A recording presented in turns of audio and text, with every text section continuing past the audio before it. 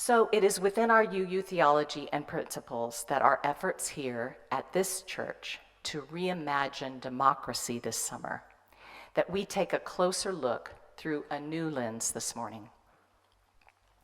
As a school kid and for many years, my first thought that came to mind when I thought of democracy was the story of the founding fathers, Jefferson, Adams, Franklin, signing the Declaration of Independence. We were taught that those men came to this land with a new idea of government that contrasted from the kingdoms of Europe, a new idea that they constructed in 1776. Of course, later in college, I learned about ancient Greek society and their democracy. And then there is something that I heard recently, a quote from a short informational video from Chickasaw TV. They said, Benjamin Franklin was inspired by the governments he found within the tribal houses in this continent.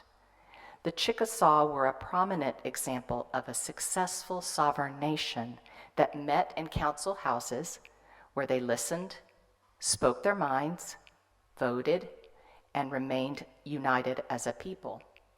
So in Philadelphia, Franklin and soon other founding fathers persuaded the remaining state delegates to form a self-ruling union and to form and sign America's Constitution. It is also asserted by scholars, some scholars, that the well-known democratic spirit being created leading up to 1776 had much to do with the colonial contact with the Native Americans of the Eastern Seaboard at that time.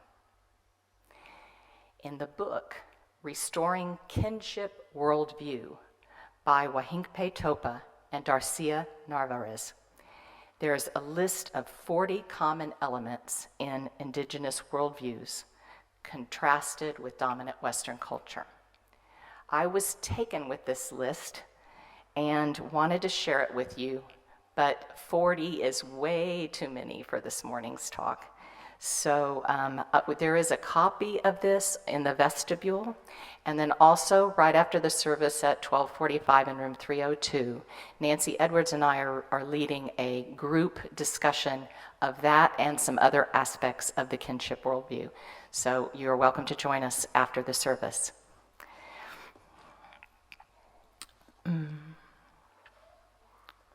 But I will explore here a bit of what they call the common indigenous worldview that I believe overlaps with the principles of a healthy democracy.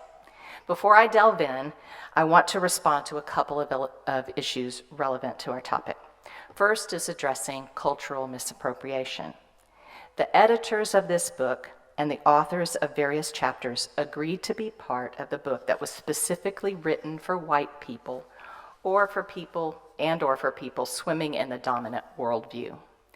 The authors say that we are all in this together, and that those with a deep understanding of the indigenous worldview, definitely have wisdom to share, and they always have, and that it is especially crucial at this juncture when the viability of the earth for humans, animals, and plants are at stake.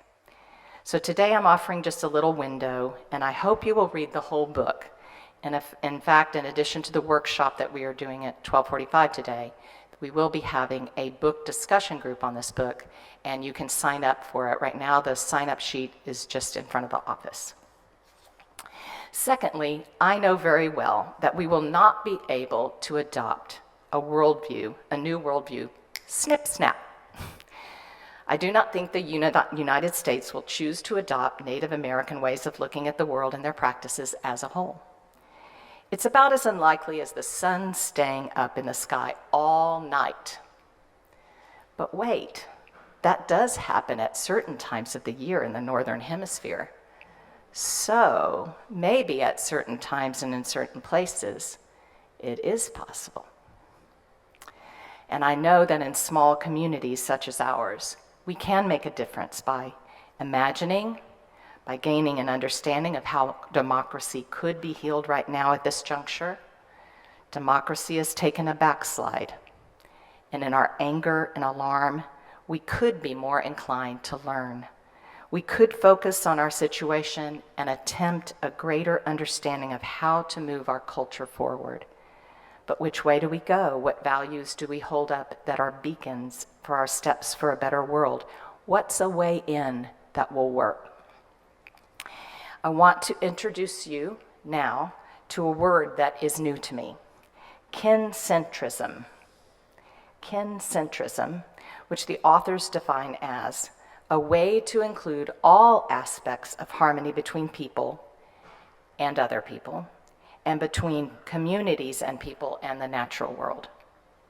If moving toward a concentric worldview were a real goal, and it does fit with our Unitarian Universalist values and principles, then we start by thinking of how it could show up in our own lives and in all the organizations that we are a part of. Kincentrism fits with an emphasis on community welfare, of focusing on the common good. It helps members of a group think beyond individualism, beyond rights and responsibilities, into responsibilities and support for others. One definition of common good is this: what is shared by and is beneficial to members of a given community, achieved through collective participation in the formation of a shared will. Sounds a little bit like democracy. It necessitates the respect of others' dignity and rights, rather than an aggregation of preferences, which could be represented by votes. Creating common good works better when members deliberate or come to a shared agreement, like consensus. A healthy democracy has structures in place that attempt to create the common good and community welfare. Within local governments, there can be open meetings to get input from citizens and that help elected officials make decisions about projects and policies in order that they meet the needs of those who they govern. In all change, we need those who are the agents of those big things, those pushing elected officials and to make decisions that meet the needs of the people. And we need those who are creating a change in a way they live their lives.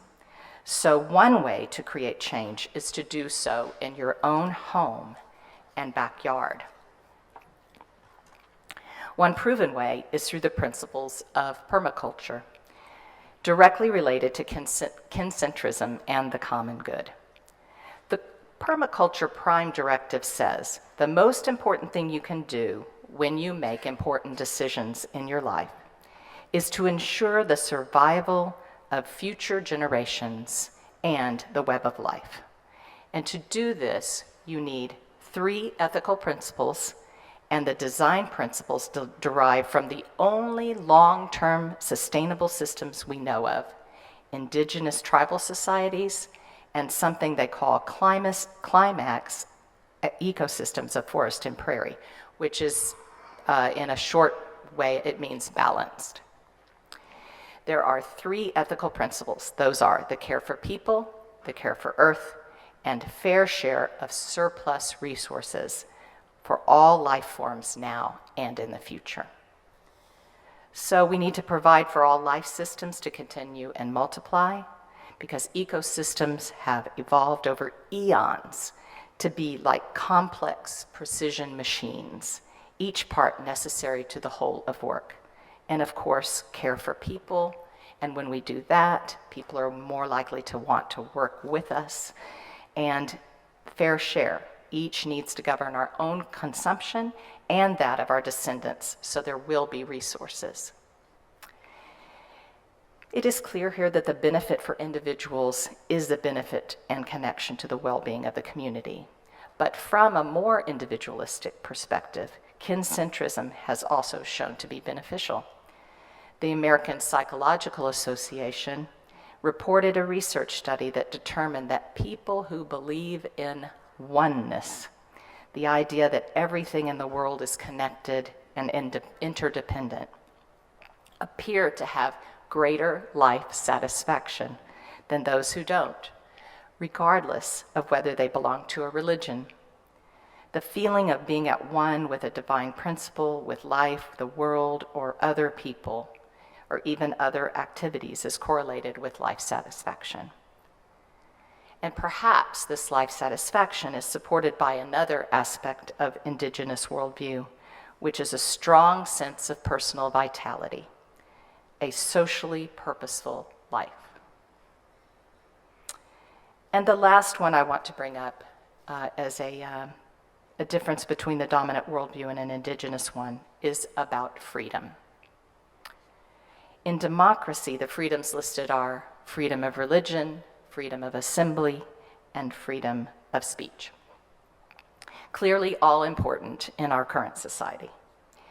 But there can be too much emphasis on my rights. If rights are expected without responsibility towards others and acceptance of another point of view, then it doesn't work so well. In the book, The Dawn of Everything, which is a kind of ominous title, The Dawn of Everything, by Graeber and Wingrove. In there's a letter that's written by Benjamin Franklin about European Americans. So at that time, sometimes European Americans were captured by native groups and then kept, and then they would be gathered back into the European settlements, and those people wanted to go back to the native tribes. Sometimes it was that they were just kind of new people there and they were kind of playing there and staying there. Then the European settlements would get them back and they wanted to go back to the native tribes.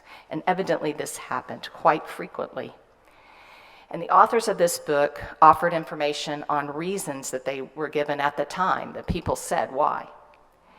And it had to do with both freedom and security. Some emphasized the virtues of freedoms they found in the Native American societies, including sexual freedom, but also freedom from the expectation of constant toil in the pursuit of land and wealth. Others noted the Indians' reluctance to ever have anyone fall into a condition of poverty, hunger, or destitution. It was not so much that the people feared poverty themselves, but rather that they found life infinitely more pleasant in a society where no one else was in a position of abject misery. It is a bit startling to discover that there's nothing inevitable about poverty and homelessness.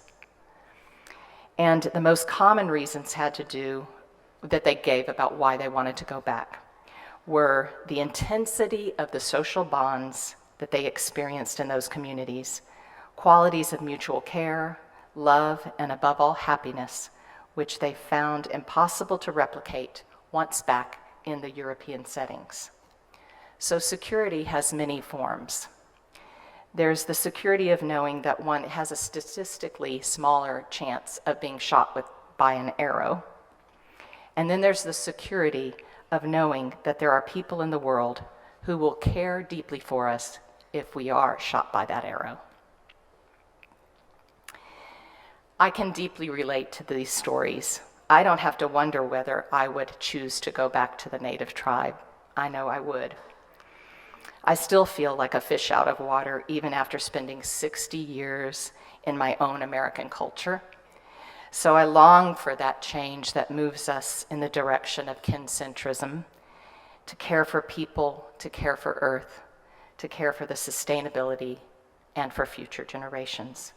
And I know I'm not alone. The words from our reading this morning by Nathan Walker are worth sharing again here. True freedom does not desire to restrict the rights of others, or it is not a selfish thought. It knows not how to threaten.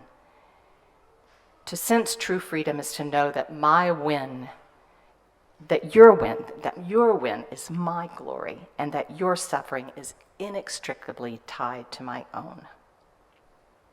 And I end with this.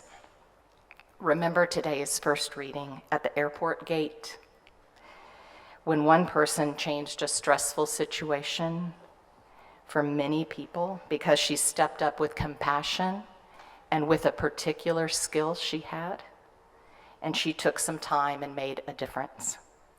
Social change does occur when social institutions, structures, and cultures undergo a significant shift, but more often than not, social change is slow.